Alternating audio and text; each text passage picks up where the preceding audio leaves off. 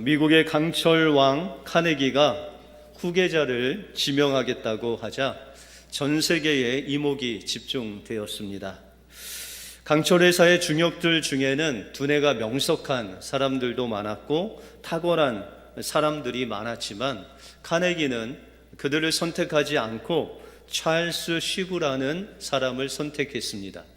이 찰스 쉬브라는 사람은 초등학교만 졸업한 그냥 평범한 직원이었습니다. 처음에는 이 쉬브는 정원을 청소하는 그런 사람이었습니다.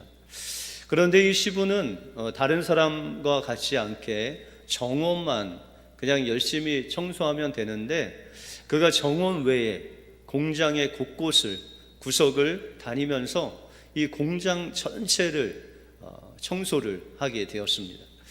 그래서 간부들이 그 쉬브를 보면서 저 사람 참 성실하다라는 생각을 가지고 그를 이제 직원으로 채용을 해줍니다. 그럼에도 불구하고 그가 열심히 하자 사무직으로 승진을 하게 되고 그 사무직에서도 그의 열심과 충성을 보고 카네기의 비서가 됩니다. 그래서 쉬브는 카네기가 어느 곳에 가든지 그의 그림자와 같이 그가 가는 곳마다 펜과 메모지를 가지고 그를 따라가서 그를 손발이 되어 줍니다. 카네기가 공장 확장과 또한 그 공장 생산 과정에 대한 연구를 하느라고 매일 밤늦게 11시, 12시에 집에 퇴근을 하려고 하면 쉬브가 늘 기다리고 있었습니다. 하루는 아무도 없는 줄 알았는데 그 쉬브가 자신을 기다리는 것을 보고 카네기가 깜짝 놀라면서 왜 아직 퇴근을 안 했냐고 묻습니다. 그때 쉬브는 말하기를 사장님께서 언제 저를 부르실 줄 알 수 없는데 제가 어떻게 퇴근하겠습니까? 라고 하면서 매일매일 그 카네기가 퇴근하기 전까지는 퇴근하지 않고 그를 기다렸다는 것입니다. 그리고 카네기가 출근을 할 때는 변함없이 그 정류장에서 그 카네기를 기다리고 메모지와 펜을 들고 그곳에 대기했다는 것입니다. 이런 쉬브의 충성된 모습을 보고 탁월한 간부들 또 머리 좋은 사람들을 다 제끼고 이 충성스러운 쉬브를 카네기의 후계자로 세웠다는 것입니다. 우리가 충성스럽다라는 것은 믿음직스럽다라는 것입니다. 그런데 이 믿음직스럽다라는 것은 믿음에서 나왔는데 이 믿음이라는 것은 보이지 않는 것을 보는 능력입니다. 다시 말해서 아무도 없는 그런 상황 속에서도 하나님께서 함께 계신 것을 보고 사람 앞에서가 아닌 하나님 앞에서 행하는 그 모습이 바로 충성스럽다, 믿음직스럽다라는 뜻입니다.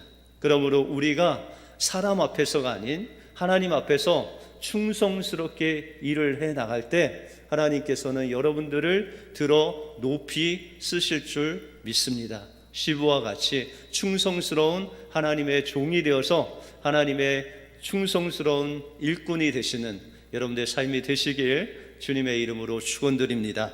오늘 본문을 통해서 영적인 실패를 하지 않으려면 우리가 어떤 믿음을 가져야 되고 어떤 자세로 실패를 이겨나가야 되는지 오늘 본문을 통해서 살펴보겠습니다. 먼저 영적인 실패를 하지 않으려면 우리는 우리의 힘과 능력이 아닌 하나님의 힘과 능력을 의지하는 방법을 배워야 됩니다. 오늘 본문에 보시면 이스라엘 백성들이 가나안 성을 점령하는데 이제 두 번째 성인 아이성을 점령하게 되었습니다. 여호수아는 이제 변함없이 여리고성 정탐꾼을 보낸 것 같이 아이성에도 정탐꾼을 보내게 됩니다.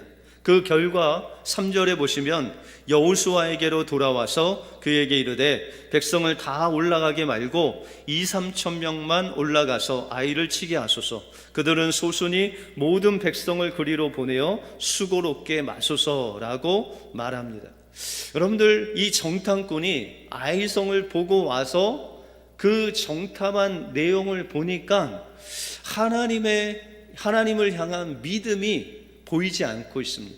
다시 말해서 그들이 어떤 전쟁을 하더라도 그 전쟁의 주체는 하나님이셨습니다. 우리가 출애굽기 17장에 보시면 하나님께서 물을 요구하는 이스라엘 백성들에게 물을 주시죠. 그 르비딤 반석을 지팡이로 쳐서 생수가 흐르게 하시죠. 그런데 이 생수를 먹다 보니까 이 사막의 생수가 귀한지라 아말렉 족속들이 와서 이스라엘과 전쟁을 일으킵니다. 그때 하나님께서 그 전쟁의 방법을 알려주시는데 그 방법이 바로 모세가 산 꼭대기에 올라가서 두 손을 하나님께 올리면 이기고 내리면 지는, 하나님을 의지하면 이기고 의지하지 않으면 지는 그런 방법으로 전쟁을 임하게 하시죠. 그래서 하나님께서 아론과 훌을 모세에게 붙여주셔서 하루 종일 그 손을 들고 있으므로, 다시 말해서 하나님을 온전히 의지함으로 그 전쟁에서 승리를 하게 됩니다. 이와 같이 이스라엘 백성들이 방금 전까지도 여리고성도 그들의 힘으로 여리고성을 무너뜨린 것이 아니라 하나님의 방법으로 무너뜨린 것이죠. 그래서 고고학자들이 여리고성이 그 예전에 3천 몇백 년 전에 있던 그 여리고성을 조사해 보니까 지진으로 인해서 그 성이 무너진 그런 증거들이 많이 발견됐다라고 그렇게 말하고 있습니다.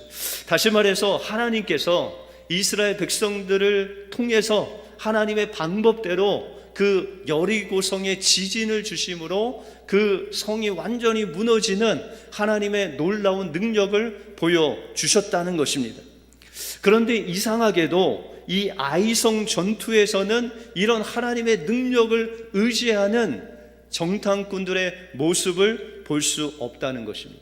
그리고 아이성 정탐꾼들은 단지 아이성의 어떤 사람들의 마음을 본 것이 아니라 하나님께서 주신 믿음으로 그 땅을 바라본 것이 아니라 그들의 적은 숫자들, 머리수만 세고 돌아왔다는 것입니다.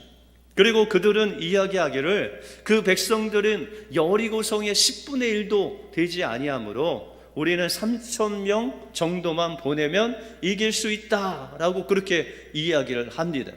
여러분들, 하나님의 전쟁에서 하나님께서 사람의 숫자로 싸우십니까? 아니면 하나님께서 싸우십니까? 하나님께서는 우리의 인간의 힘과 능력을 의지해서 전쟁을 하는 것을 원치 아니하신다는 거예요. 눈에 보이는 것을 의지하고 우리가 가진 것으로 무엇인가 영적인 싸움에서 이기기를 원하시는 것이 아니라 하나님의 방법대로 하나님을 의지함으로 하나님께 순종함으로 그 전쟁에서 하나님이 승리하게끔 하기를 원하신다는 것입니다.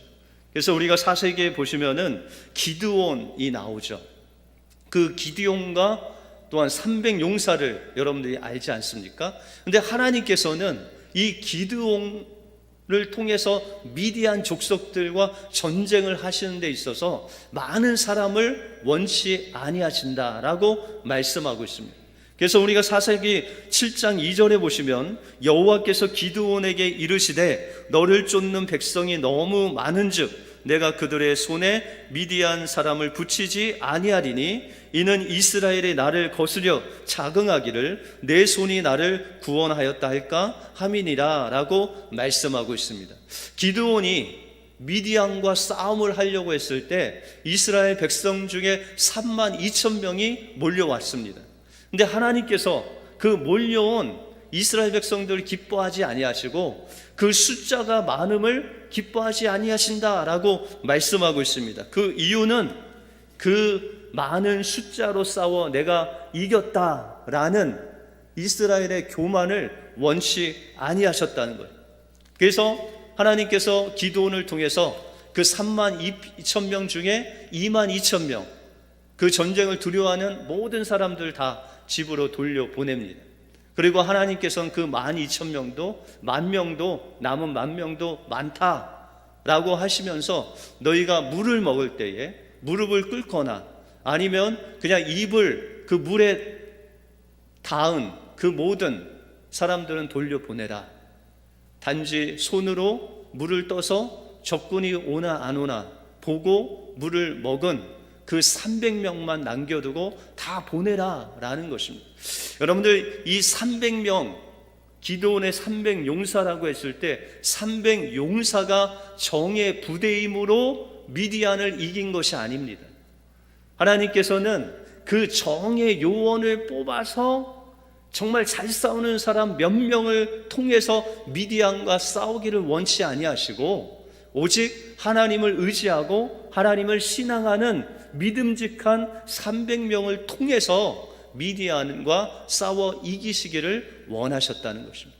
그래서 그 300명과 기드온과 하나님께서 명령하신 말씀에 순종할 때 미디안 그 족속들을 이길 때 누구도 자신의 힘으로 이겼다고 고백하지 아니하고 오로지 하나님의 힘으로 됐다고 하나님께 영광을 돌렸다는 것입니다. 그러나 오늘 5절에 보면 아이 사람이 그들 36인쯤 죽이고 성문 앞에서부터 스바림까지 쫓아와서 내려가는 비탈에서 쳤으므로 백성의 마음이 녹아 물같이 되었다라고 말씀하고 있습니다. 이 정탐꾼들 또한 그 말을 듣고 3,000명이 아이성에 갔는데 이 아이성이 그들 생각보다도 강해서 그들을 쫓아오고 36명을 죽였다는 거예요. 그 36명이 쓰러지는 것을 보고 그 마음이 물같이 녹았다라고 그렇게 말씀하고 있습니다. 여러분들, 여리고를 정탐할 때 그 정탐꾼들이 라합을 만나죠. 그 라합이 믿음의 고백을 하는데 그 여리고 성의 사람들의 마음을 이야기합니다. 하나님께서 홍해를 가르시고 또한 요단강 저편에 시온과 옥, 그 강력한 왕들을 다 멸하신 그 하나님의 소문을 듣고 여리고 성의 사람들의 간담이 녹았다라고 그런 믿음의 고백을 들었죠. 그런데 지금 이 아이성을 정복하려는 사람들이 자신의 힘과 능력과 숫자로 싸우려고 했을 때 죽어가는 사람들을 보고 오히려 자신들의 마음이 물같이 녹아버리는 실패를 안겨다 주었다는 것입니다. 그러므로 우리의 삶 속에서 영적인 전쟁은 우리에게 속한 것이 아니라 하나님께 속한 것입니다. 영적인 전투에서 여러분들의 신앙의 경륜으로 싸워서 이길 수가 없다는 거예요. 여러분들의 말씀의 지식으로 싸워도 그 영적인 전쟁에서 우리가 승리할 수 없다는 거예요. 아무리 숫자가 많아도 아무리 가진 능력으로 싸워도 영적인 전쟁에서는 이길 수가 없다는 것입니다. 하나님이 함께하지 아니하시면, 하나님의 능력을 의지하지 않으면 우리는 영적인 전쟁에서 승리할 수 없다는 것입니다. 그러므로 우리는 철저하게 그 인원이 몇 명이 되든 우리가 가진 소유가 얼마든 간에 그것에 상관없이 하나님을 의지하고 하나님의 능력을 의지하고 바라볼 때 하나님께서 여러분들의 영적인 전쟁에서 날마다 승리를 안겨다 주실 줄 믿습니다. 여러분들의 힘과 능력이 아닌 하나님의 힘과 능력만을 의지하심으로 매일매일 영적인 전투에서 승리하시는 여러분들의 삶이 되시길 주님의 이름으로 축원드립니다. 다음으로 영적인 전쟁에서 실패하지 아니하려면 우리는 날마다 세상의 유혹 속에서 예수님의 십자가를 붙들어야 됩니다.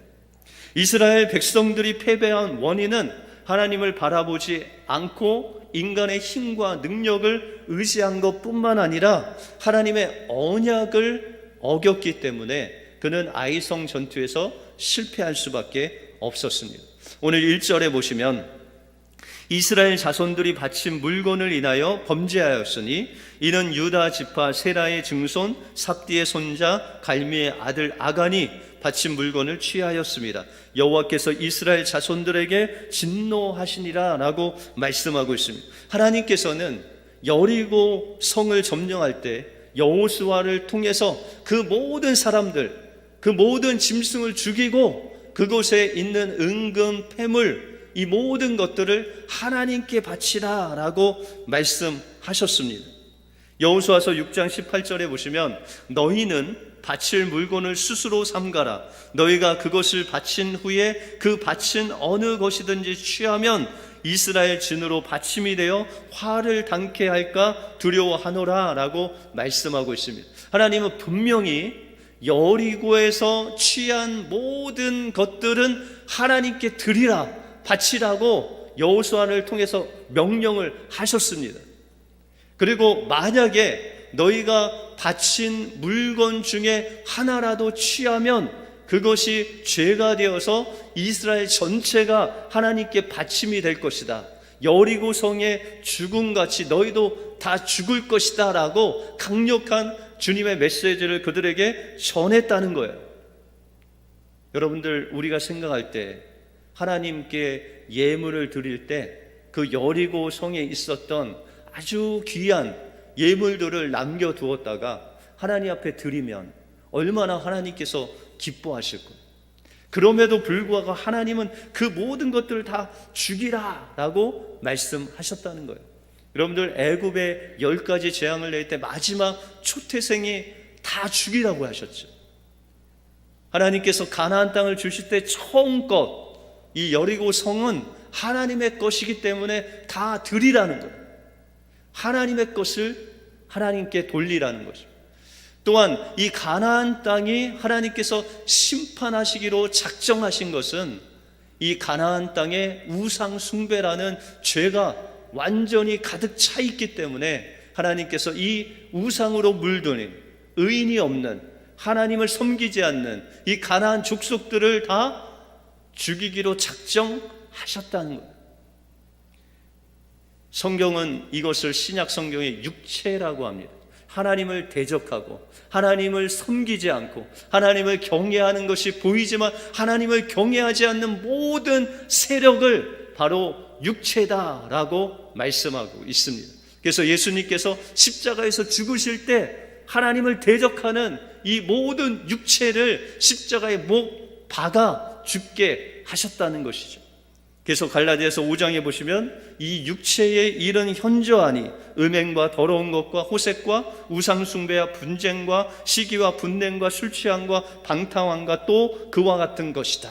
이 우리의 죄 가운데 드러나는 그 육체의 모든 일들을 행하고 있었던 가나안 족속들을, 그 육체를 하나님께서 십자가에 못 박았다는 거예요. 그런데 그들에게서 나온 것들을 취하는 자는 예수님의 그 십자가의 죽음을 욕되게 하는 일과 같다라고 말씀하고 있습니다. 이스라엘 백성들이 여호수아서 11장에 보시면은 하나님께서 붙여주신 가나안 족속을 다 진멸하고 이제 전쟁을 그칩니다. 그리고 그 점령한 땅을 다 분배하는 그날이 옵니다. 그런데 이상하게도 여호수아서 11장에 보시면은 전쟁이 그쳤는데 그 가나안 땅에 몇 족속들은 그냥 남겨두었다라고 그렇게 말씀하고 있습니다. 특별히 해안가에 있는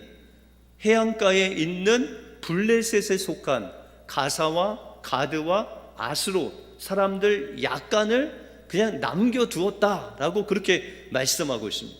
여러분들, 하나님의 뜻은 가나안 족속들을 다 죽이는 것이 하나님의 뜻이었어요. 그런데 이 여호수아와 이스라엘 백성들이 전쟁을 그치면서 놔둔 사람들이 있었다는 거예요. 왜 놔뒀을까요? 인간의 생각으로 그들은 힘이 없다는 거예요. 그들이 있던 없던 우리의 어떤 세력과 게임이 안 된다는 거예요. 그것이 인간의 생각이죠. 그런데 여러분들, 역사를 보면 사사기에 어떤 일이 있었죠? 사무엘 상도 보시면 이 가드 사람, 이스라엘 백성들이 남겨준 그 사람 중에 가드라는 지역이 있는데 그 가드에서 누가 나왔어요? 골리앗이 나왔죠. 그래서 이 골리앗이 다윗이 나타나기 전까지 이스라엘 백성들을 얼마나 괴롭혔는지 모릅니다. 왜요? 이스라엘 백성들이 그냥 인간적인 생각으로 놔둔 가드 사람 때문에 어려움을 당하는 것. 또한 여러분들이 잘 아시는 삼손이 있죠. 이 삼손이 누구 때문에 망하죠? 드릴라라는 여인에게 망하죠. 그럼 드릴라는 어디 출신인지 아세요 혹시? 가사라는 그 블레셋 지역의 출신 여인입니다. 그 여인을 통해서 하나님의 위대한 사사인 삼손의 그 힘을 완전히 잃어버리는데 주도적인 역할을 한 여인이 바로 드릴라입니다. 이와 같이 하나님께서 다 진멸하라 하신 그 가나안 족속들 그 약한 몇 명을 남겨둠으로 인해서 이스라엘 백성들이 블레셋이라는 그 사람들에게 얼마나 고통과 노략질을 당하는지 모릅니다. 심지어는 하나님의 임재가 있는 법궤까지 빼앗기는 그런 엄청난 부끄러움을 당하게 된다는 것입니다. 오늘 본문에 보시면 이 일을 아간이 행합니다. 하나님께서 분명히 여호수아를 통해서 너희가 하나님께 바친 그 물건을 범하지 말라라고 그렇게 누누이 말씀하셨음에도 불구하고 그가 금과 은과 또한 시날산 외투를 장막 밑으로 숨겼다는 것입니다. 그래서 결론적으로는 하나님께서 아간과 아간에 속한 가족들과 그 짐승들을 아골 골짜기에 데리고 와서 다 불태워 죽입니다. 너무하신 거 아니에요? 하나님이 그냥 아간만 죽이시든지 아니면은 그 금과 은과 다 주었으니까 한 5배로만 갚으면 살려주면 좋을 것 같은데 하나님께서 그를 다 죽였다는 것입니다. 여러분들, 아간의 죄는 우리가 생각하는 금이나 은이나 좀 훔쳤다 이런 도적질이 아닙니다. 여호수아를 통해서 하나님께서 명령하셨어요. 그리고 요단강을 건널 때 그 마른 땅이 되게 하시고 그 지진을 통해서 여리고성을 무너뜨리는 그 전능하신 하나님께서 명령하신 그 명령을 어긴 거예요. 그러면 이스라엘 백성 중에 아간 말고 또 다른 사람이 훔친 사람이 있었겠습니까? 없겠습니까? 없어요. 그 장정 60만이 넘는 그냥 그 나라 한 300만 중에서 아이들까지 300만이 있는데 아간 혼자서 그것을 훔쳤다는 거예요. 그것은요 거의 불가능한 거예요. 그 하나님의 그 존전에서 여리고성이 무너지는 것을 보고 그 요단강이 그 마른 땅이 되는 것을 보고 하나님의 살아계심을 체험했기 때문에 그 하나님의 명령은 그 간담을 서늘하게 할 정도로 두려운 하나님의 말씀이었다는 것이에요. 그래서 모든 사람들이 하나님 말씀에 순종해서 그 말씀대로 무엇이든지 하나도 훔치지 않았다는 거예요. 그럼에도 불구하고 아간은 그런 놀라운 하나님의 기적을 체험했음에도 불구하고 하나님 명령을 거역했다는 것입니다. 여러분들, 하나님께서 아간에게 얼마나 돌아올 수 있는 기회를 주신지 모릅니다. 하나님께서 이제 이스라엘 백성들이 아이성에서 실패한 다음에 하나님께 범죄한 사람이 있다라고 하는 거예요. 하나님께서 아간을 모르셨을까요? 몰라서 제비 뽑았을까요? 그렇지 않죠. 아간을 알았습니다. 그럼에도 불구하고 그에게 기회를 주신 거예요. 어떤 기회를요? 하나님 앞에 자백할 수 있는 기회를 주셨다는 거예요. 그래서 첫 번째 제비를 뽑는데 12지파장들이 다 나왔어요. 그리고 제비를 뽑았어요. 시간이 얼마나 걸렸겠습니까? 제가 볼 때는 좋게 1시간은 걸렸을 거예요. 그때 나왔어도 됐어요. 그런데 이 아간은 안 나왔습니다. 그래서 두 번째 기회를 주시죠. 유다 지파가 아닌 유다 족속들이, 여러 족속들이 있었는데 그 중에 제비를 뽑게 하시죠. 그때 족속 중에 세라 족속의 그 우두머리가 뽑히죠. 여기까지 하나님께서 또 기회를 주셨죠. 그런데도 아간은 하나님 앞에 나오지 않습니다. 그래서 하나님은 세라 족속에서도 여러 가족들이 있겠죠. 얼마나 많은 가족들이 있겠습니까? 그런데 그 가족들에서도 삽디라는 그 가족이 걸리게 되죠. 그리고 나서 그 가족 중에서도 가족원들을 다 모아놓고 제비를 뽑았을 때 아간이 걸렸다는 거예요. 여러분들, 아간이 가졌던 그 죄는 하나님의 놀라운 역사와 기적에도 불구하고 하나님을 경홀히 여길 뿐만 아니라 하나님께서 숱한 기회를 줬음에도 불구하고 그 금과 은과 외투를 포기하지 않는 그 죽기까지 놓지 않는 그 세상의 유혹, 죄의 속성을 아간을 통해서 우리에게 보여주고 있다는 것입니다. 선한 목자 교회를 섬기시는 유기성 목사님 설교에 보면 이런 예화가 나옵니다. 이스라엘 목자가 있는데 양들을 치고 있는데 이 양들이 좋아하는 음식 중에 하나가 깻묵이라고 합니다. 깻묵, 깨를 다 삶아서 이렇게 아주 농축해서 딱딱하게 만든 다음에 그것을 양들에게 주면 그 냄새가 고소하니 양들이 잘 먹는다고 합니다. 그런데 어느 날 이 목자가 양을 치고 있는데 그 깻묵을 모아둔 창고에 불이 난 것입니다. 그런데 신기하게도 이 양들이 그 불난 창고를 향해서 하나둘씩 달려가는 거예요. 왜요? 그 깻묵이 타면서 나오는 그 고소한 냄새를 맡고 이 양들이 그 불 속 안으로 뛰어드는 거예요. 뭐 때문에? 그 깻묵 먹으려고. 그 냄새의 유혹을 이기지 못하고 불타는데 들어가면 타 죽는데도 불구하고 그냥 돌진하는 거예요. 이 목자가 양들을 막느라고 이리 막으면 저리 들어가고 저기 막으면 이리 들어가면서 그 목자들과 함께 그 양들이 그 불타는 깻묵 속으로 들어가지 못하도록 엄청나게 막았다는 거예요. 그리고 많은 이 목자들이 도와줘서 겨우 불을 꺼서 양들은 죽지 않았지만 그 양들 막느라고 이 목자가 너무나 힘든 그 일이 있어서 그가 한 몇 주 정도 거의 그냥 죽은 시체처럼 있었다는 거예요. 여러분들, 우리의 삶 속에서 하나님께서 주시는 그 은혜, 그 기적, 그 아간이 경험한 요단강이 갈라지고 여리고성이 무너지는 그 기적과 같은, 그것보다 더 놀라운 은혜를 우리에게 주셨다는 거예요. 우리의 죄로 인해서 죽을 수밖에 없는 우리들을 위해서 그 독생하신 예수 그리스도를 그 십자가에 죽기까지 내어주심으로 여러분들 살리셨다는 거예요.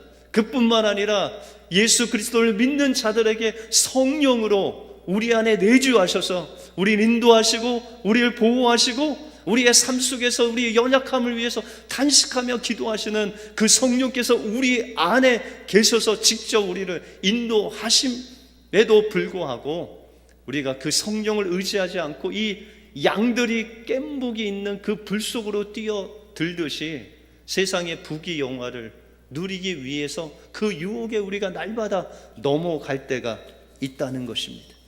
그럴 때마다 우리는 우리를 죽도록 사랑하신 그 예수 그리스도의 십자가를 바라보아야 된다. 그 목자가 양들을 막듯이 예수님께서 그 십자가를 우리에게 보여주시면서 그 유혹을 이기라고 외치고 있다는 것입니다. 그 주님의 십자가를 바라볼 때 우리는 세상의 그 유혹, 우리가 죽기까지 사모했던 그 육체의 정욕들을 십자가에 못 박고 예수 그리스도로 말미암아 성령의 인도하심을 받을 수 있다는 것입니다. 영적인 실패를 극복하기 위해서는 우리의 힘과 능력이 아닌 하나님의 힘과 능력을 의지해야 됩니다. 보이는 것이 아닌 보이지 않는 그 하나님을 바라볼 때만이 우리가 영적인 승리를 맛볼 수 있다는 것입니다. 영적인 승리를 맛보기 위해서는 세상의 유혹이 불같이 우리를 삼키려고 하지만 그때마다 우리를 사랑하사 십자가에서 죽으신 그 주님을 바라볼 때 우리는 세상의 그 불같은 유혹을 이기고 남는 놀라운 역사가 일어나게 된다는 것입니다. 이번 한 주 우리에게 세상의 유혹이 올 때 주님의 십자가를 바라보시기 바랍니다. 여러분들의 힘과 능력이 아닌 하나님의 힘과 능력을 의지하시기 바랍니다. 그럴 때 불같이 오는 그 시험을 이길 뿐만 아니라 우리를 유혹하는 그 아이성 전투에서, 영적인 전투에서 승리할 줄 믿습니다. 이 은혜가 여러분들 삶 속에 임하시길 주님의 이름으로 축원드립니다. 기도하겠습니다.